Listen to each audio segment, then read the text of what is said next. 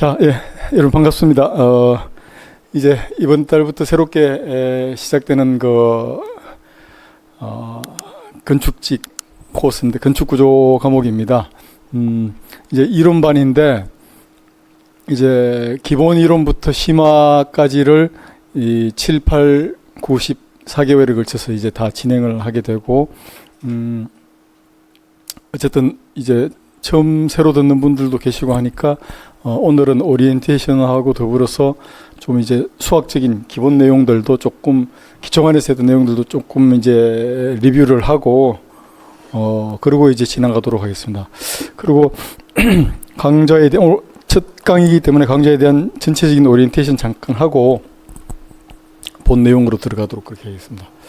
우리가 이제 여러분들이 알다시피 건축 구조 과목은 지금 보면 총 여기서부터 5개의 과목으로 이루어졌습니다. 그러니까 이제 실제로는 철근 콘크리트 구조, 그다음 구조역학, 강구조, 일반 구조 이렇게 이제 4개 과목인데 요거 외에 이제 주로 하중 기준이라든지 건물의 중요도 뭐 이런 것들 그 기준을 전체적으로 다 포괄하는 내용들이 나오는 구조 설계 기준 KDS 이게 있습니다. 그래서 요거까지 해가지고 5개의 과목으로 이루어져 있고 이 5개 과목 가운데 실제로는 철근 콘크리트 구조가 비중이 대략 여기 한 30% 정도 됩니다.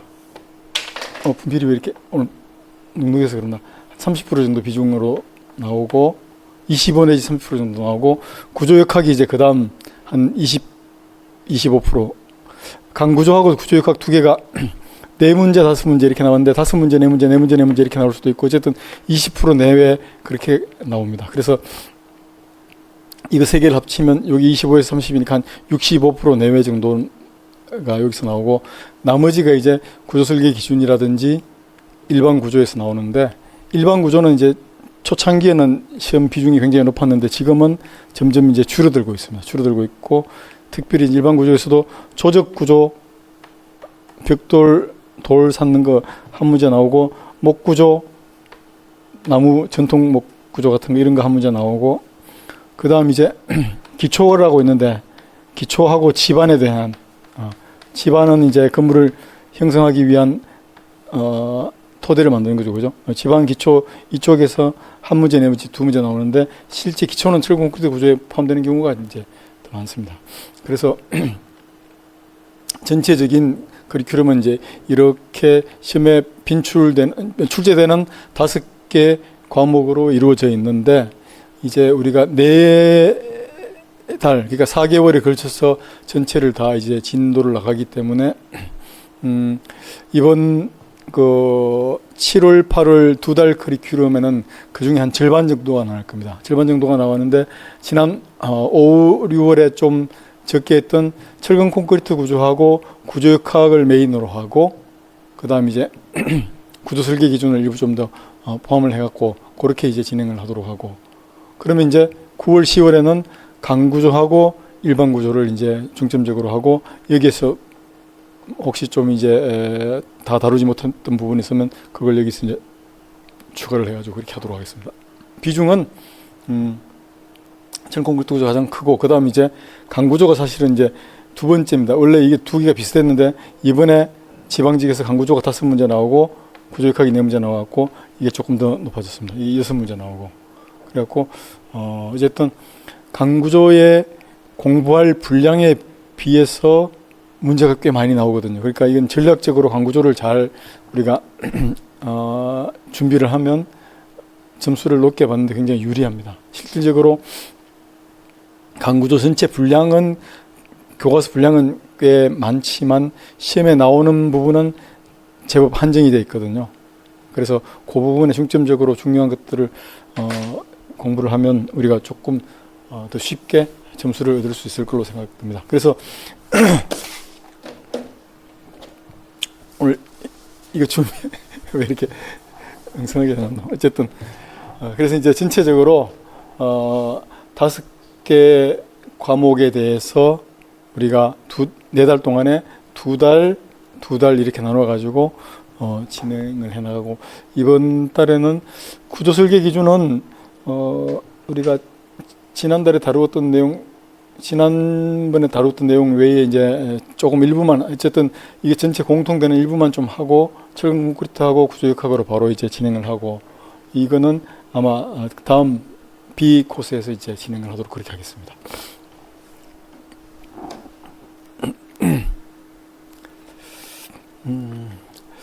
그리고 이제 제 강의 오늘 뭐 오리엔테이션이고 첫 강의니까 제 강의 특징은 어쨌든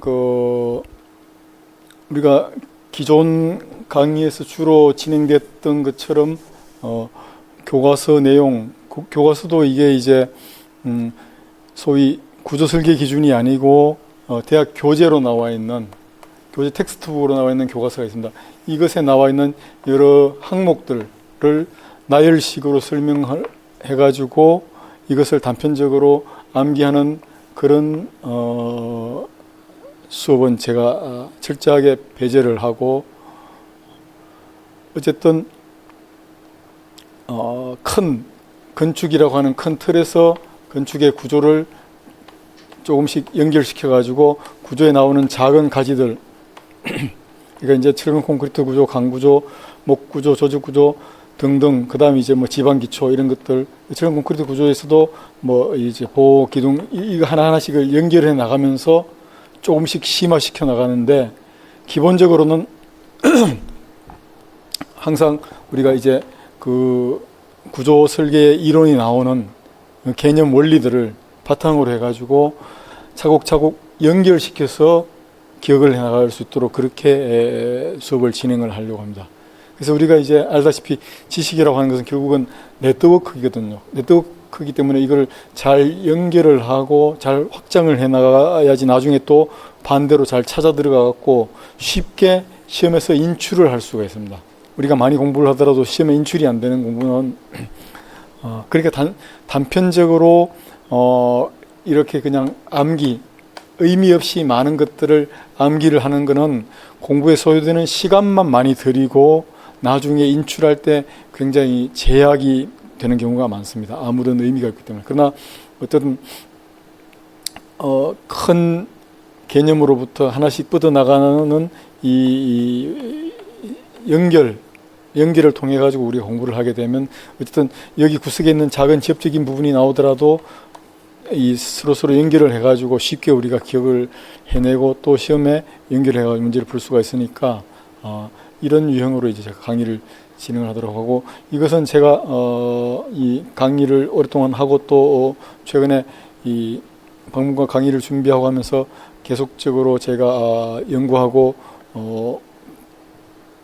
이 준비한 내용 가운데 이제 이 기억이라든지 뇌과학 이런 것들을 토대로 해서 강의 교재라든지 강의 내용을 가급적 구성을 하고 있습니다. 철저하게 그런 쪽으로 해서 하기 때문에 어쨌든 한번 강의를 듣게 되면 여러분들에게 전해지는 지식이라는 게 훨씬 더 깊이도 있고 또 잘 확장해 나갈 수 있는 그런 개념으로 이제 설명을 하기 때문에, 그래서 어쨌든 중간에 그림이라든지 조감도나 이런 도식이나 이런 것들을 많이 활용을 해가 시청각적으로 우리가 기억할 수 있도록 제가 이것을 많이 활용을 하고 또 그것의 어떤 그 스트럭처를 또 설명을 해 나갑니다.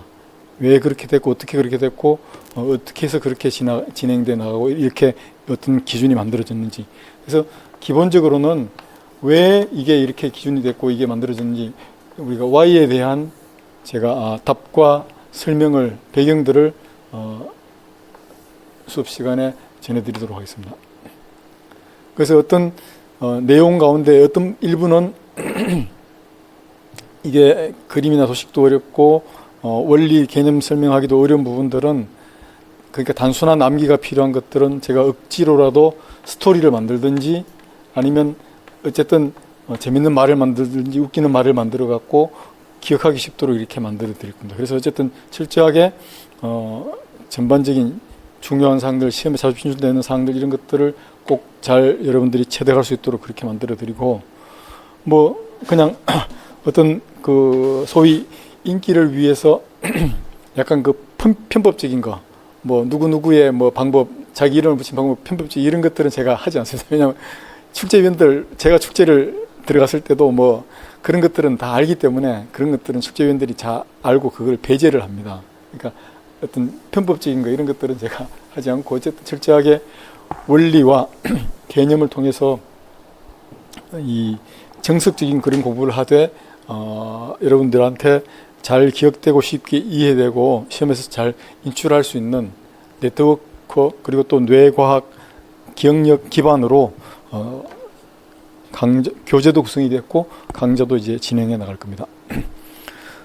그리고 이제 전체적인 제 강의의 커리큘럼을 잠깐 한번 보면 기초반 강의 이게 이제 우리가 공학적인 기초잡기부터 했는데 이게 3월과 4월에 이제 진행이 되었고 이론 강의가 이제 시즌 1이 5, 6월에 시작이 됐는데 이제 지금 이제 사실은 시즌 2인데 이게 AB반으로 나눠졌으면 지금 A 코스입니다. 그래서 이런 강의가 지금 현재 7, 8하고 그 다음에 이제 9, 10 이렇게 이제 A, B반으로 나눠가지고 기본 이론부터 심화 이론까지 한 번에 다 이제 정리하고 교재도 좀 최대한 슬림화 해가지고 단권으로.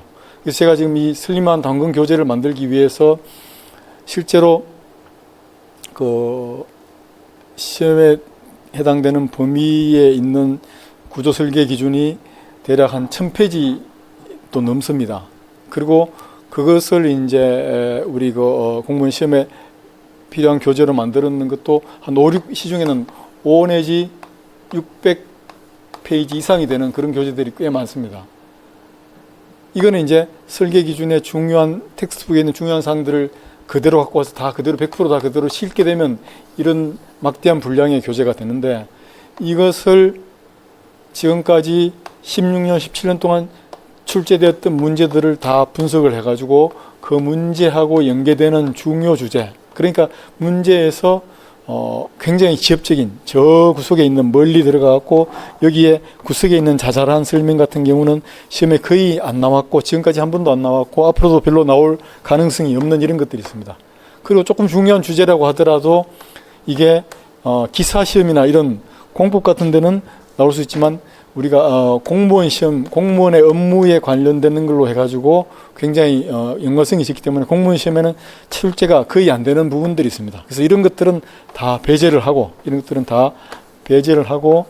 그리고 핵심 내용 가운데서도 시험에 자주 출제하고 꼭 출제돼가지고 우리가 꼭 알아야 될 내용을 중심으로 해가지고 이것을 절반 이하로 200쪽 내외로 줄여가지고 단권화를 만들고 있습니다. 그래서 아주 중요하고 핵심적인 내용은 다 들어가고 그렇다고 해서 뭐 교재가 부실한 건 절대 아니고 이렇게 만드는 건 사실 쉽습니다. 왜냐하면 갖고 있는 텍스트를 그대로 다 실어가지고 다 정리도 않고 분석도 않고 편집도 않고 그냥 간단하게 실으면 되니까 전반적인 총망라를 하면 되니까. 근데 이것을 깊이 있게 심도 있게 분석을 해가지고 굉장히 슬림화 해가지고 얇은 꼭 필요한 부분들 시험에 출제되었고 출제될 가능성이 높은 그런 내용들을 다 포함을 하더라도 깊이 있게 분석을 통해 갖고 이렇게 분량을 좀 줄였습니다. 줄여가지고 지금 교재를 최종 편집 단계에 있으니까 여러분들은 요 슬림한 단권 교재 이거 한 권으로 시험을 뭐 이론적인 부분은 완벽하게 대비를 할 수가 있습니다. 그래서 핵심 개념을 체계화하고 또 이론 강의에서는 기본적인 문제도 풀이를 하고 그렇게 합니다. 그리고 이제 여기까지 진행되고 나서 이제 문제풀이반이 진행되는데 이건 이제 11월부터가 됐죠. 그죠? 그래서 11, 12가 시즌 1이고 1, 2가 이제 시즌 2인데 11, 12, 1, 2 요 과정을 통해 가지고 내년 3월에 있을 국가직 시험 대비해서 이제 어느 정도 문제풀이하고 모의고사까지 정리를 하고 파이널 정리까지 3월에 하고 요 파이널 정리는 이제 시험이 실시되는 3월과 6월에 두 차례 하게 됩니다. 파이널 특강은 그 전에 이제 기출 문제를 중심으로 해가지고 단원별이죠, 그죠? 단원별 핵심 개념하고 연계해가지고 문제풀이를 연습을 하는 그런 문제풀이를 하고 그다음 또 모의고사를 좀 진행을 하고 이렇게 할 겁니다. 그래서 이제 3월에 국가직 시험 있고, 그 다음 이제 4, 5월에는 이 부분에 뒷부분을 좀 단축을 해갖고 한 번 더 진행을 하고, 6월에 이제 국가직 시험, 지방직 시험이 있죠, 그죠? 그래서 아주 고득점을 이제 우리가 맞을 수 있도록 그렇게 요런 단계로 이제 진행이 돼 나갑니다. 그래서 이거는 뭐 저뿐만이 아니고 다른 그 기술직 과목들도 좀 비슷한 그런 이제 커리큘럼으로 아마 진행을 해나가고 있는 것 같습니다. 그래서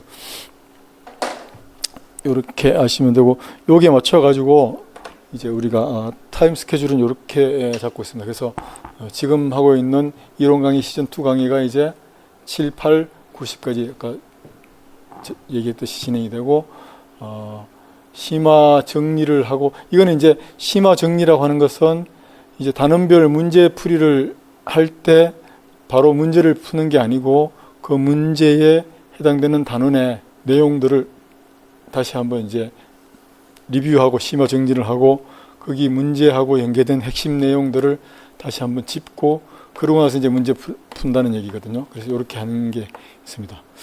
그리고 이제 이렇게 진행하고, 그 다음 이제 국가직하고 지방직 시험 직전에는 핵심 테마 주제별 문제풀이라는 게 있습니다. 이거는 뭐냐면 이렇게 했는 것 가운데 포함되는 것도 있고 중복이 되는 것도 있고 안 되는 것도 있는데, 어쨌든 간에 지금까지의 5개년 정도의 문제들을 철저하게 분석을 해가지고 이번 내년, 그러니까 2025년 3월 국가직 시험에 출제될 가능성이 높은 테마들을 중심으로 해가지고 그 관련된 문제를 이제 좀 많이 풉니다. 그럼 요걸 잘 커버를 하면 어쨌든 7, 80점까지는 쉽게 맞을 수 있을 정도로 이렇게 하고, 그러고 나서 이제 이걸 기본으로 한 모의고사를 또 하고 파이널 정리를 하고, 이게 이제 국가직에 대해서 그렇고, 지방직에 대해서는 6월에 지방직 시험이 있으니까 4, 5월에 이런 관계를 다시 한 번 더 진행을 하게 됩니다. 그래서 뭐 일종의 회독 개념인데, 문제풀이하고 핵심적인 내용 심화 정리를 하면서 같이 회독을 해나가기 때문에 우리가 이제 문제 연계된 이론 정리를 이 뒷부분에서 해나가기 때문에 여러분들이 시험에서 문제를 푸는데 직접적으로 많은 이제 도움을 얻을 수 있도록 그렇게 진행을 해나가려고 하고 있습니다. 그래서 이제 이번 시간은 이제 이 오리엔테이션에 이어서 건축 구조 과목을 공부하기 위해서 우리가 조금 알고 있어야 될 아주 기본적인 사항. 그래서 우리가 이제 건축을 전공하신 분들도 있지만 건축을 전공하지 않은 분들이 우리가 수강생들이 있기 때문에 비전공자 입장에서 어쨌든 건축에 대해서 기본적인 사항을 좀 알아야지 그 다음에 이제 건축 구조의 각 그 세부 과목들의 공부에 이제 필요한 거니까 그걸 잠깐 좀 짚고 넘어가도록 하겠습니다. 우리가 건축 구조체라고 하는 것은 여기 이제 건축의 구조는 건축에 있어서 이제 뼈대라고 보면 됩니다. 뼈대. 그러니까 건축물을 이렇게 지었는데 안에 건축물을 지지하는 뼈대가 있고 겉에 이제 외장이죠, 외장. 벽체, 창, 유리 뭐 이런 이 마감이 돼 있고 한데 그것들을 벗겨낸 속에 있는 건물을 지지하는 뼈대를 우리가 건축 구조체라고 보면 됩니다. 그래서 건축 구조체를 이렇게 뼈대를 남겨갖고 겉에 있는 장식된 그 외장을 다 벗겨내고 보면 남아 있는 게 이제 이렇게 남아 있는데, 그 뼈대를 보면 여기 지금 이제 좀 짙은 색으로 보이는 요 부분이 우리가 이제 우리가 생활하는 바닥입니다. 바닥. 그래서 바닥을 구조체로는 슬래브라고 합니다. 슬래브. 슬래브.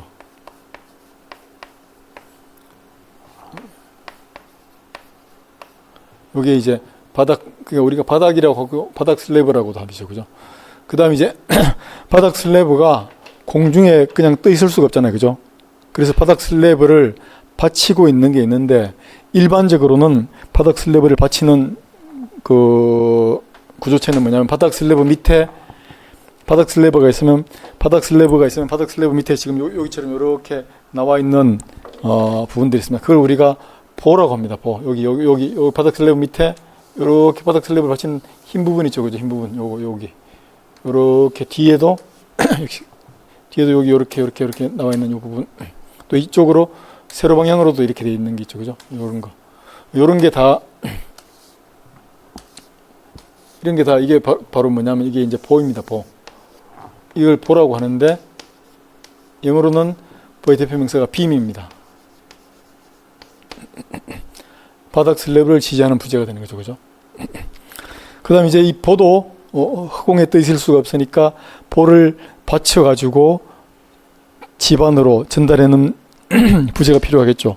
그래서 그렇게 보를 받쳐서 집안으로 밑으로 전달하는 그 부재를 이렇게 보 밑에 이제 이렇게 연결되어 있죠, 그죠? 요것을 밑에 있는 기초까지 쭉 보를 받치고 있는 요런 부재를 우리가 기둥이라고 합니다. 기둥. 물론 건물의 구조 시스템에 따라서는 어떤 특수한 유형의 건축물은 보가 없이 그냥 바로 슬래브를 기둥이 직접 받치는 경우도 있습니다. 어쨌든 기본적으로는 우리가 보 밑에는 이런 기둥이 보를 지지하고 있습니다. 칼럼이라고 하죠. 그리고 이제 또 경우에 따라서는 이 기둥이 보통 기둥은 이렇게 이제 정사각형 아니면 직사각형에 가까운 이런 단면을 가지는 게 이게 기둥인데, 근데 이제 이 기둥이 아니고 특히 이제 우리가 계단실이나 엘리베이터실 같은 데 가서 보면 기둥이 아니고 이렇게 조금 얇고 넓은 계단실에 이런 벽들이 이 계단실이나 엘리베이터 공간을 이렇게 막고 있는 게 있는데, 이것도 사실은 위에서 슬래브나 보를 지지해 가지고 밑에까지 연결이 되어 있거든요. 그래서 이와 같이 넓게 넓은 면을 이렇게 지지하고 있는 이런 여기도 있죠, 그죠? 여기도 있고, 여기 또 엘리베이터 계단실에 있는 이 코어 부분도 있죠, 그죠? 이런 부분을 우리가 이런 것들을 벽이라고 합니다. 벽 또는 벽체라고 하기도 하는데, 벽이 맞죠? 월이라고 합니다. 그래서 보면 이제 수평 부재는 대체로 슬래브와 보가 수평으로 배치되어 있는 부재고, 이거 두 개가 수평적으로 배치되어 있는 부재고, 그 다음 이제 기둥하고 벽은 이제 수직 방향으로 힘을 지지해가 밑으로 전달하고 있는 그런 부재들입니다.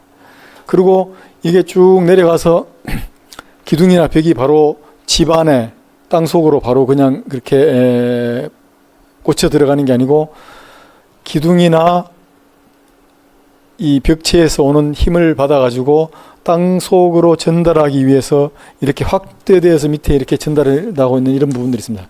이걸 우리가 기초라고 합니다. 기초.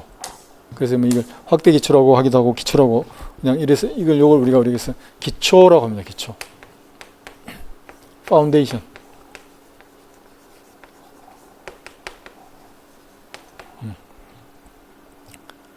그래서 여기에 이제 사람도 있고, 여기 또 무슨 가구도 있고, 생활하는 여러 가지 물건들 또는 생활하는 사람들이 있는데, 이런 힘들을 여기 이제 하중이자, 그걸 하중이라고 하죠, 그죠? 하중은 고정 하중도 있고, 라이브 로드도 있고, 이런 게 있는데, 이런 하중들이 기본적으로는 바닥판 슬래브에 제일 먼저 작용을 하게 됩니다. 그래서 슬래브에 작용하면 슬래브를 거쳐서 볼을 거쳐서 기둥이나 또는 벽을 거쳐서 기초로 이렇게 위에서 밑으로 이런 방향으로 이렇게 하중이 전달돼서 기초를 통해서 집안에 전달돼 가지고 이 건물을 지지를 하고 있습니다. 물론 이거 외에도 이제 우리가 여기 보면 여기 코가 속에 숨어 있는데, 여기 이제 보면 밑에 층에서 위로 올라가는 여기서 이렇게 구성되어 있는 계단이 있습니다. 계단도 있고, 여기 또 뭐 다른 것도 여기 뭐 난간이는 것인데, 여기 계단은 이제 보이지 않죠. 여기 숨어가지고. 그래서 이제 기본적으로 이와 같이 슬래브나 보, 기둥, 벽체, 기초, 이와 같은 것들이 건물의 해당되는 구조체들입니다. 건물을 지지하고 있는 구조체. 그래서 우리가 건축 구조라고 하면 이런 것들의 집합체를 다 이제 건축 구조체라고 하는 거죠. 그죠? 이런 것들이 이제 건축의 구조를 형성하고 있는 것들입니다. 그래서 이걸 우리가 이제 건축 구조체라고 하죠. 그죠? 하중을 지지해가지고 기초를 통해서 집안, 땅 속으로 건물의 힘을 전달을 해가지고 건물을 서 있도록 만들고 있는 그런 뼈대들입니다. 그래서 이제 이 구조체를 그러니까 슬래브, 보호, 기둥, 벽체와 같은 기초 같은 이 구조체를 어떤 재료로 만드느냐, 이것을 만드는 재료가 뭐냐, 거기에 따라 가지고 건축 구조의 시스템을 분류를 합니다. 그래서 이거를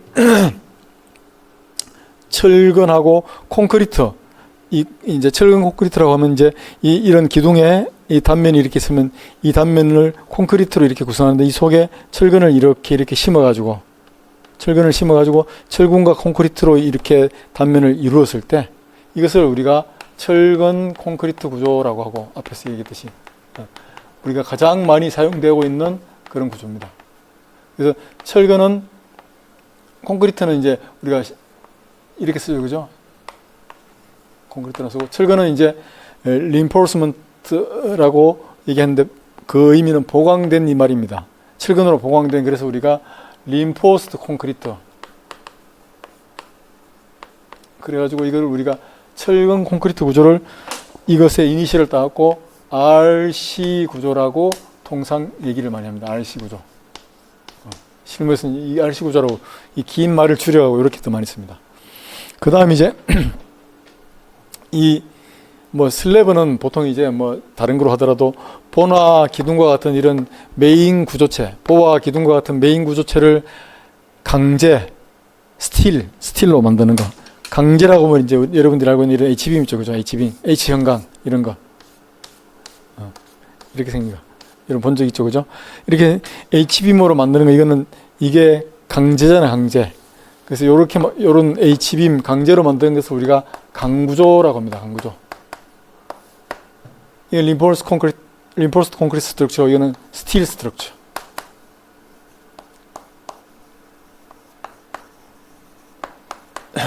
이 강구조라고 합니다. 그 다음 이제 이 기둥이나 벽체, 보는 좀 어렵고, 기둥이나 벽체 이런 구조체 가운데 일부를 벽돌이나 블럭 또는 돌을 쌓아가지고 만드는 거, 그것을 우리가 조적 구조라고 합니다. 조적. 이거는 이제 쌓아서 만드는 거죠. 쌓아서 이렇게 만든다고 해서 조적식 구조. 벽돌이나 블럭 이런 거 같이 돌 같은 거 쌓아서 만드는 걸 이게 조적식 구조라고 합니다. 그 다음에 이제 이 기둥이나 들보를 나무로 만드는 거, 그걸 이제 목구조라고 합니다. 목구조. 이런 것들이 주로 이제 우리가 구조 재료에 따라서 분류하는 구조체의 유형들이 되겠습니다. 이 중에서 물론 철근 콘크리트 구조가 우리 주변에서 건축물의 구조체로 제일 많이 활용이 되고, 그 다음 이제 강구조가 그다음 많이 활용이 됩니다. 그래서 이 두 개가 시험에 압도적으로 많이 나옵니다. 조직식 구조하고 목구조는 우리나라 이게 전통 건축이죠, 그죠? 옛날에 사찰이라든지 전통 건축이죠. 조직식 구조도 이제 과거에, 그러니까 우리나라 60년대, 70년대 그때는 이제 벽돌을 사갖고 벽돌로 집을 많이 지었잖아요, 그죠? 그래서 이거는 초창기에, 그러니까 지금으로부터 한 15년, 20년 전에는 이거는 문제가 많이 출제가 됐는데, 그때는 세 문제, 네 문제씩, 이거 세 문제, 네 문제, 이거 네 문제 이렇게 나왔습니다.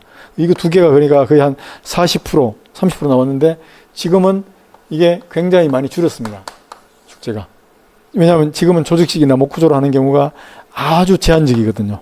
이 전통 건축이라든지 특별한 경우 아니면 다 이걸로 하기 때문에, 이제 이거는 옛날에 각각 이거 네 문제씩 나오다가 세 문제 나오다가 두 문제씩 나오다가 지금은 다 조직식 구조 한 문제, 목구조 한 문제만 옵니다. 그만큼 비중이 4분의 1로 줄어드는 거죠, 그죠? 그 대신 철근 콘크리트가 이제 6문제, 강구조가 이제 4문제에서 5문제 이렇게 많이 이게 늘어났습니다.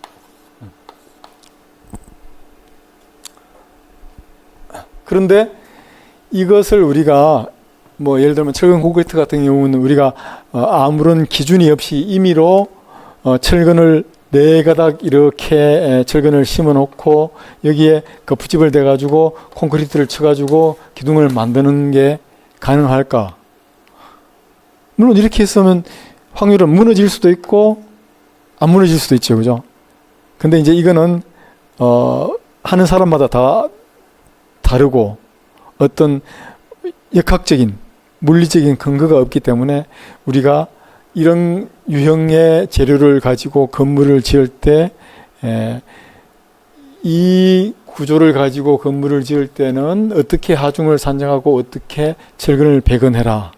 또 이걸 가지고 할 때는 강구조는 어떻게 좌굴에 대비하고 어떻게 강제 단면을 배치를 해라. 이게 마찬가지. 그런 것들이 다 기준으로 정립이 되어 있습니다. 이걸 우리가 구조설계 기준이라고 하고 우리나라의 구조설계 기준을 쉽게 말해서 코리아 디자인 스탠다드라고 해갖고 KDS라고 합니다. 그래서 이런 것들을 다 KDS 기준에서는 법으로 규정을 정해두고 있습니다. 그래서 우리가 이걸 각각을 설계를 할 때는 다 이 KDS 구조설계 기준을 다 따라야 됩니다. 이것을 따라가지고 이 각각을 우리가 설계를 하고 있습니다. 그러니까 이제 시험에는 이거에다가 이거까지 다 나오는데 이제 철근 콘크리트 구조의 설계 기준은 구조 설계 기준이지만 우리가 과목에서는 철근 콘크리트 구조로 보아가지고 수업을 진행하고 있고 강구조의 구조 설계 기준은 강구조로 보아가지고 우리가 진행을 하고 있는데 그래서 이제 요거는 여기다 포함되는데 실제로 우리가 앞에서 보았던 과목 철근 콘크리트 구조 강구조 과목은 이 기준의 거의 내용의 이제 대부분을 차지하고 있습니다. 기준에 나온 것들이. 조직식 구조, 목구조도 그보다는 좀 작지만 그래도 기준에 많은 내용을 가지고 있습니다. 그래서 이 과목도 실제로는 구조 설계 기준의 내용이 상당히 많습니다. 많고 그 외에 이제 우리가 이 과목들 외에 구조 설계 기준이라고 잡아놓은 내용들은 뭐냐면 이 각각을 다 포괄하는 내용들입니다. 그러니까 이제 이런 것들이 있죠. 우리가 설계할 때 설계 하중은 어떻게 잡고 있느냐, 건물의 중요도는 어떻게 알고 있을까, 이런 거. 이것을 다 포괄하는 내용들이거든요. 이게 공통적으로 되는 내용들이죠. 그러니까 이런 것들을 이제 별도로 설계 기준으로 내가 정리를 해가지고 교재 구성이 됐고 그것을 이제 강의를 하고 있습니다. 그 다음에 이제 그 외에 또 하나가 있는데 내진 설계 기준. 내진 설계는 이제 초창기는 좀 많이 나오지 않았습니다만 우리가 2016년, 17년에 경주 지진, 포항 지진이 오면서 우리나라의 지진에 대해서 굉장히 좀 경각을 하게 됐고 그때 이후로 이 내진 설계 기준에 나와 있는 내진 설계 내용들, 그러니까 지진 하중과 내진 설계에 대한 내용들이 시험에 꽤 많이 나오고 있습니다. 그래서 이것도 꼭 여러분들이 소홀히 하면 안 되겠습니다. 그래서 이렇게 전체적으로 이제 한번 조감을 하면서 우리가 건축의 구성부터 거기에 연계되어 있는 우리 시험 과목들하고 그 다음에 이제 기준까지 한번 쭉 훑어봤습니다.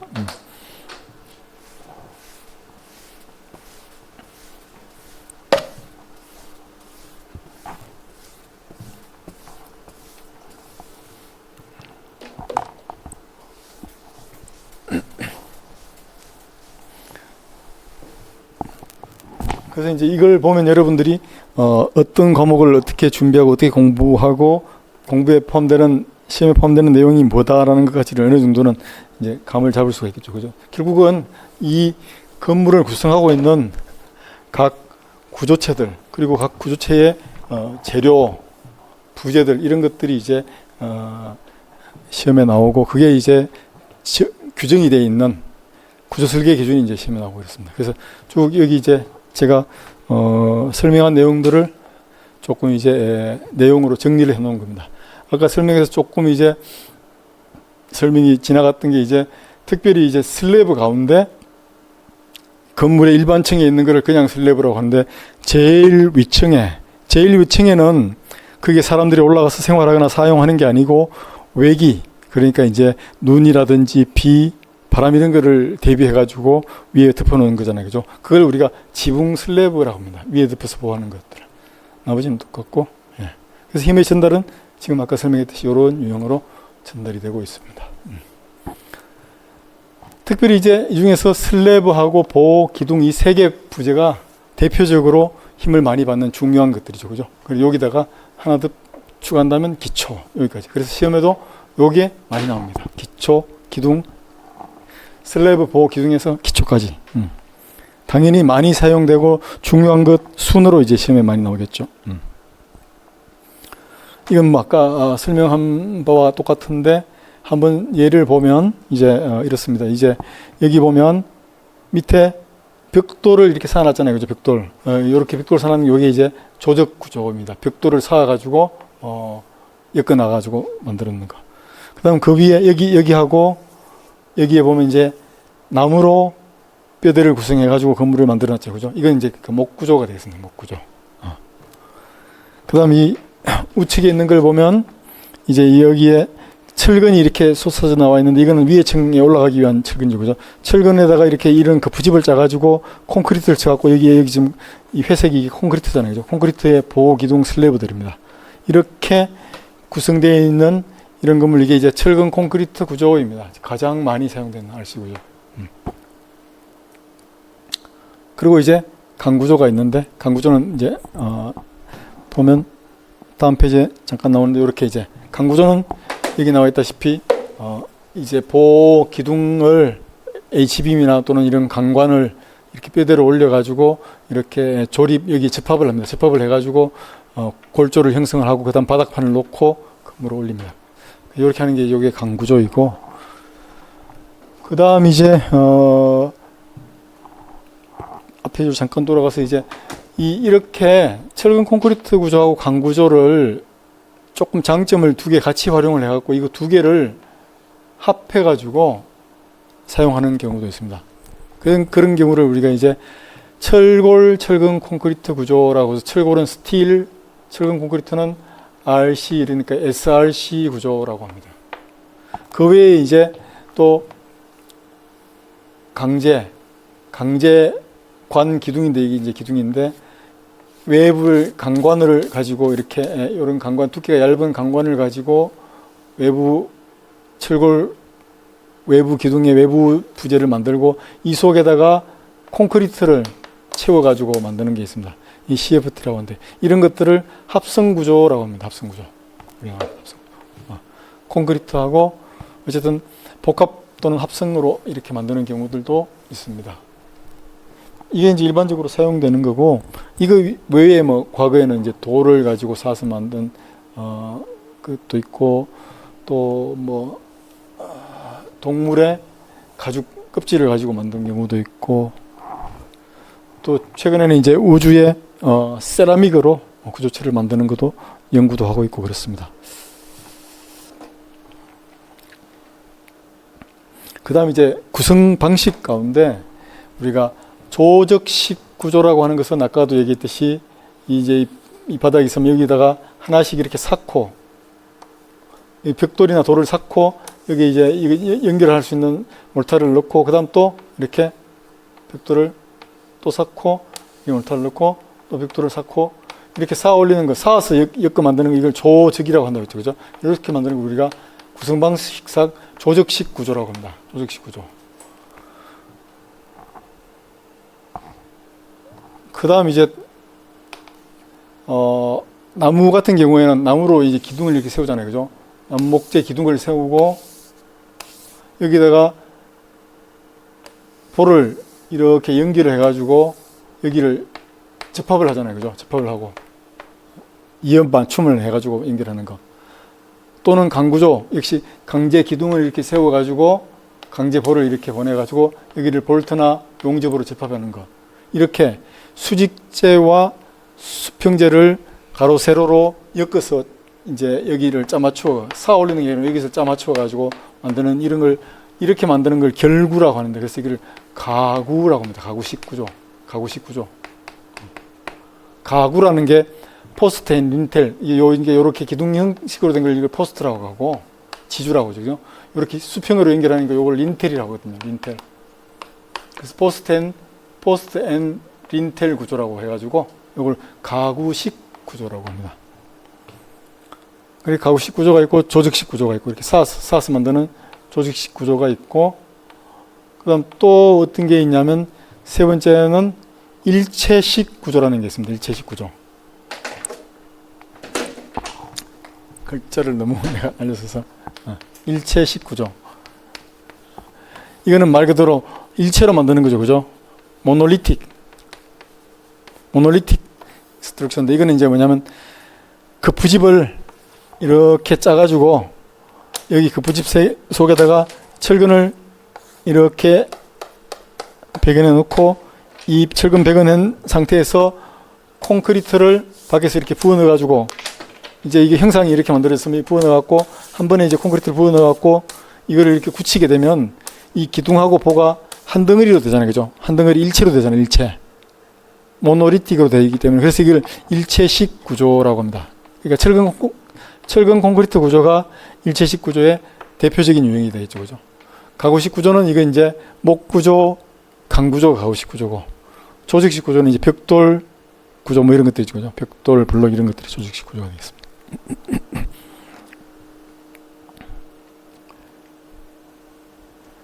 구조공학의 역할은 뭐 어쨌든 여러분들이 알다시피 이렇게 구조체를 만드는 부재를 잘 접하고 배치해가지고 튼튼하게 만드는 거 그리고 그걸 사용하는데 불편함이 없도록 만드는 거. 그래서 이제 이것을 효율적인 재료를 개발하고 신뢰성 높은 설계 방법을 개발해가지고 우리가 잘 하도록 하는 게 이제 구조공학의 역할이고 그 다음에 이제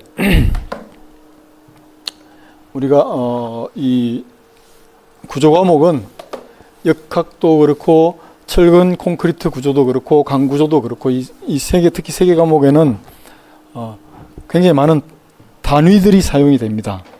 우리가 그 단위들이 많이 사용되기 때문에 단위계에 좀 익숙해져야 됩니다. 근데 이제 옛날에 우리나라는 소위 이제 미트법을 사용을 해가지고 뭐 킬로그램 그다음 센티메타 메타 뭐 이런 걸 이제 썼는데 최근에는 이 이제 1960년대 11차 국제 도량령 총회에서 이제 세계적으로 국제 표준 단위계라는 걸 만들어 가지고 국제 단위계를 공통적으로 사용하자고 했고 그래서 우리나라에서도 최근 들어서는 이제 대부분 설계 기준이나 또 교과서에도 이 소위 SI 단위라고 하는 국제 표준 단위계 이것을 따르고 있습니다. 그래서 우리가 이 SI 단위계에 좀 대해서 익숙해져야 됩니다. 그래서 이거는 이제 미트법을 근간으로 했는데, 그래서 SI 단위계는 일단 길이가 있는데, 이 길이는 메타를 기본으로 하고 있고, 질량은 킬로그램을 기본으로 하고 있고, 그 다음에 이제 시간은 세크죠, 그죠? 초를 기본으로 하고 있습니다. 그래서 이게 기본 단위고, 여기서 이제 확장이 돼가지고 또 우리가 응력인데, 응력은 이거 압력하고 같은 단위입니다. 응력이나 압력은 우리가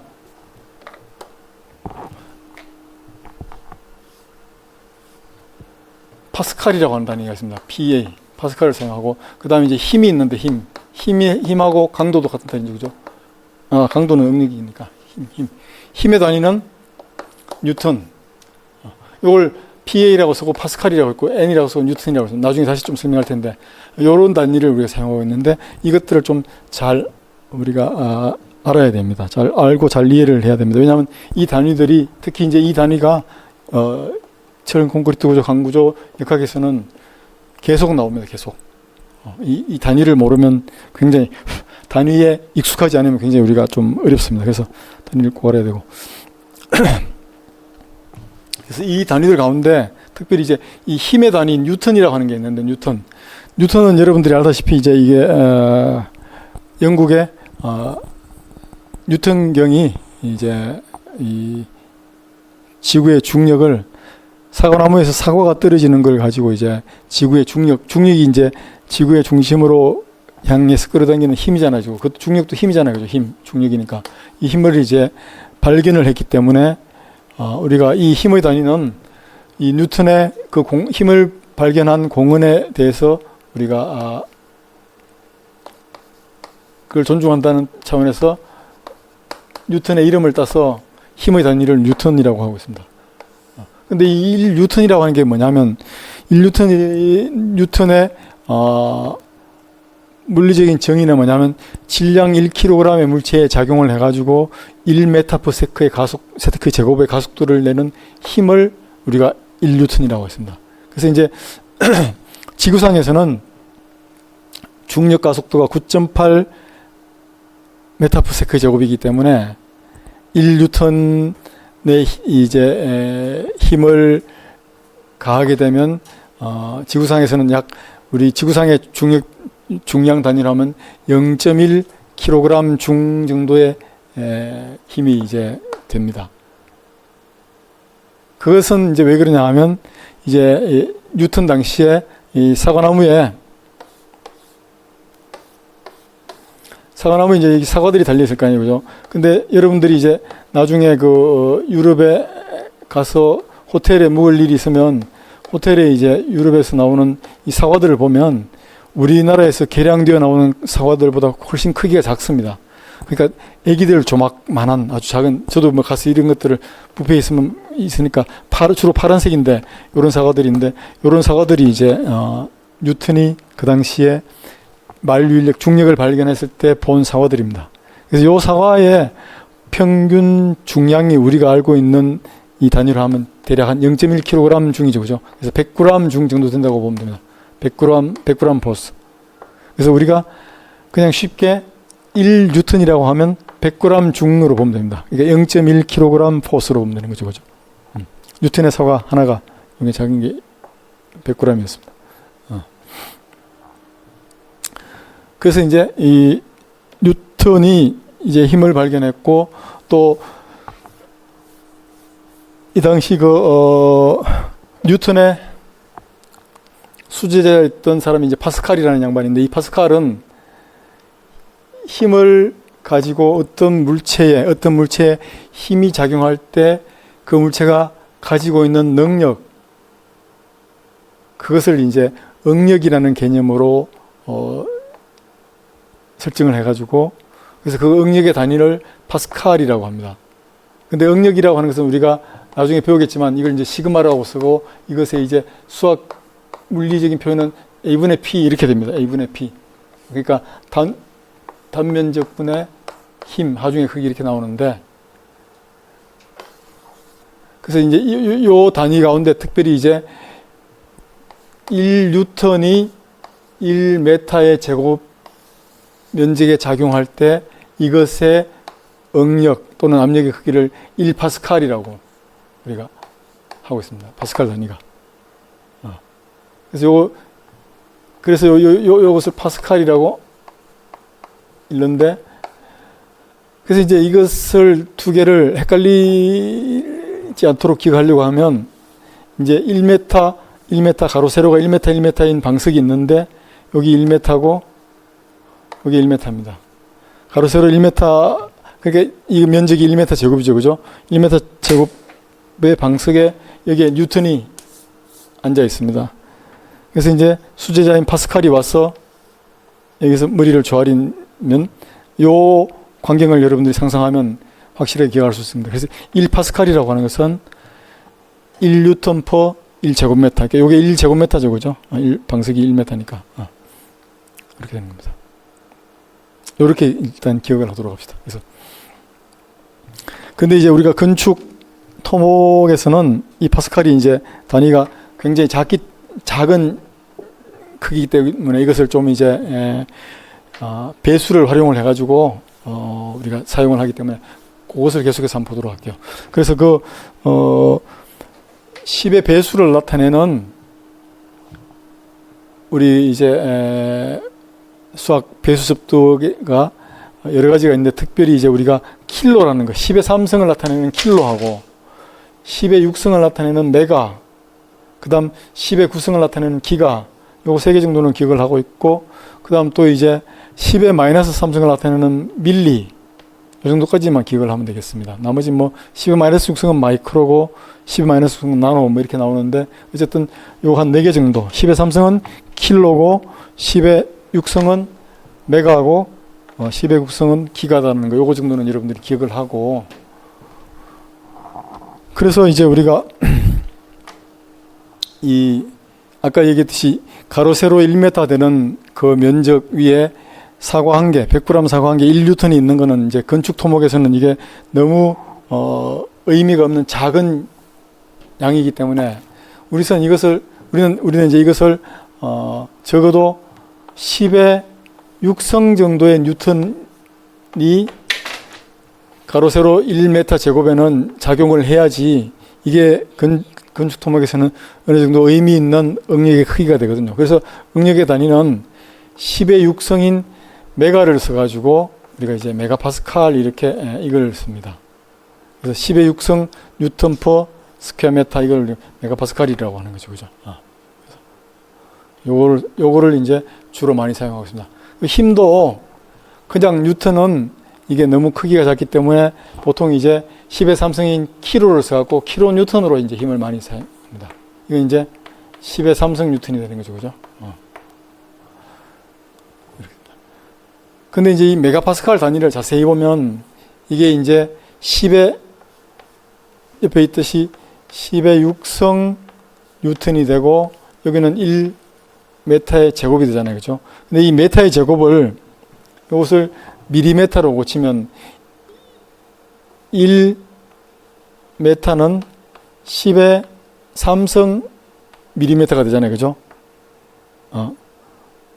그러니까 미리메타가 1000분의 1이니까 10의 마이너스 3승이니까. 그래서 요걸 이제 요것을 제곱한다는 말은 이것을 제곱하니까 제곱을 하면 지수는 곱해주니까 요것도 역시 10의 6성 미리메타의 제곱이 이렇게 되잖아요. 그죠? 그래서 요 분모 분자의 10의 6성을 같이 이렇게 날리게 되면 결국은 뭐냐면 메가파스칼이라고 하는 것은 우리가 10의 6성 뉴턴 퍼 메타의 제곱인데 뉴턴 퍼 미리메타의 제곱도 메가파스칼이 되더라는 걸 우리가 기억을 하면 됩니다. 이게 중요한 겁니다. 많이 사용되는 거죠. 그죠? 그래서 우리가 단위를 뉴턴 퍼 미리메타 제곱으로 바뀌면 이게 메가파스칼로 돼갖고 우리가 활용할 수가 있습니다. 또 이제 이건 통상 이제 힘하고 강도를 따질 때는 요걸 많이 쓰는데 우리가 탄성계수 같은 경우에는 또 이제 기가파스칼로 사용되는 경우도 있습니다. 그래서 기가라고 하는 것은 여러분들이 알다시피 기가라고 하는 것은 10의 9승이잖아요. 그죠? 10의 9승이잖아요. 그죠? 그래서 기가파스칼이라고 하면 이것은 10의 9승 파스칼이잖아요. 그죠? 그래서 10의 9승 파스칼이니까 파스칼은 뉴턴 퍼 메타의 제곱이잖아요. 그죠? 이렇게 되니까 근데 이제 요거 밑에 있는 분모 메타의 제곱을 역시 미리메타로 바꾸면 이렇게 되잖아요. 그죠? 그래서 이거는 10의 9승 뉴턴 퍼 10의 6승 미리메타의 제곱이 이렇게 되잖아요. 그죠? 근데 그러면 요 10의 6승하고 10의 9승의 6승을 빼면 요거 10의 3승으로 남잖아요. 그죠? 그래서 이건 결국은 남은 거는 10의 3승이니까 킬로지. 그래서 킬로 뉴턴 퍼 미리메타의 제곱이 이렇게 됩니다. 이것은 기가파스칼. 기가파스칼은 그래서 결국 정리를 하면 킬로 뉴턴 퍼 미리메타의 제곱이 되고 메가파스칼은 뉴턴 퍼 미리메타의 제곱이 됩니다. 그래서 요 두 관계는 여러분들이 한번 간단하게 유도를 해봐도 쉽게 나올 수 있는데 어쨌든 좀 기억을 하고 있는 게 좋습니다. 이게 이제 왜냐하면 워낙 요런 관계가 많이 자주 사용되니까 메가파스칼이라고 하면 뉴턴 퍼 미리메타의 제곱이고 기가파스칼이라고 하면 킬로 뉴턴 퍼 미리메타의 제곱이다. 이런 걸 알면 우리가 이제 바로 이해를 하기 쉽겠죠. 그죠? 그 다음 이제 또 우리가 구조공학을 공부를 하다 보면 우리가 모르는 글자들, 처음 보는 글자들이 굉장히 많이 등장을 합니다.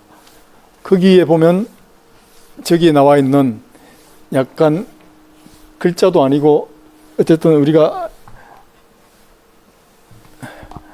알파벳도 아니고 숫자도 아닌 요런 유형의 글자라든지 또는 요런 유형, 영어하고 비슷하지만 영어는 아니고 이것도 V가 아니고 이렇게 쓰는 거거든요. 누라고 하는데 또 요런 델타라든지 뭐 이런 것들이 많이 사용되는데 이것들은 다 뭐냐면 그리스 문자입니다. 그리스 문자.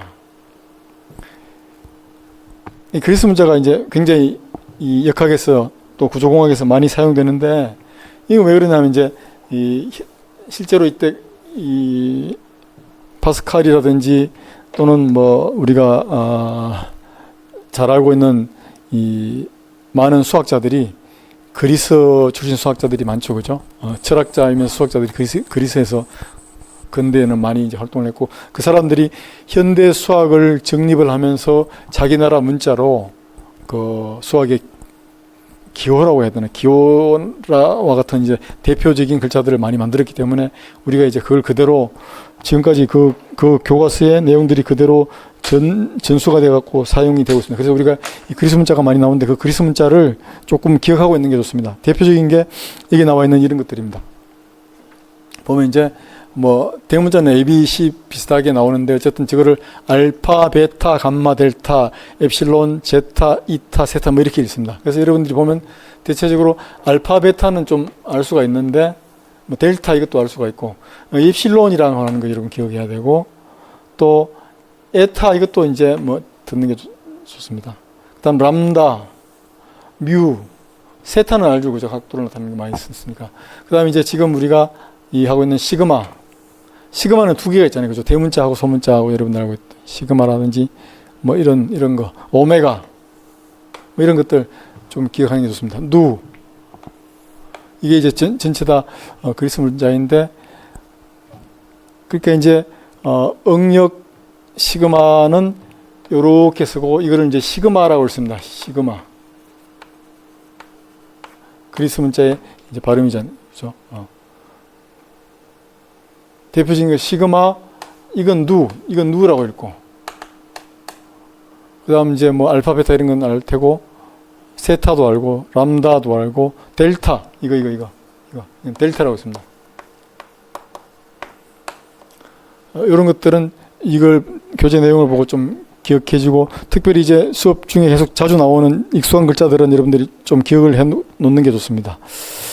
그래서 여기까지 하고 좀 쉬었다가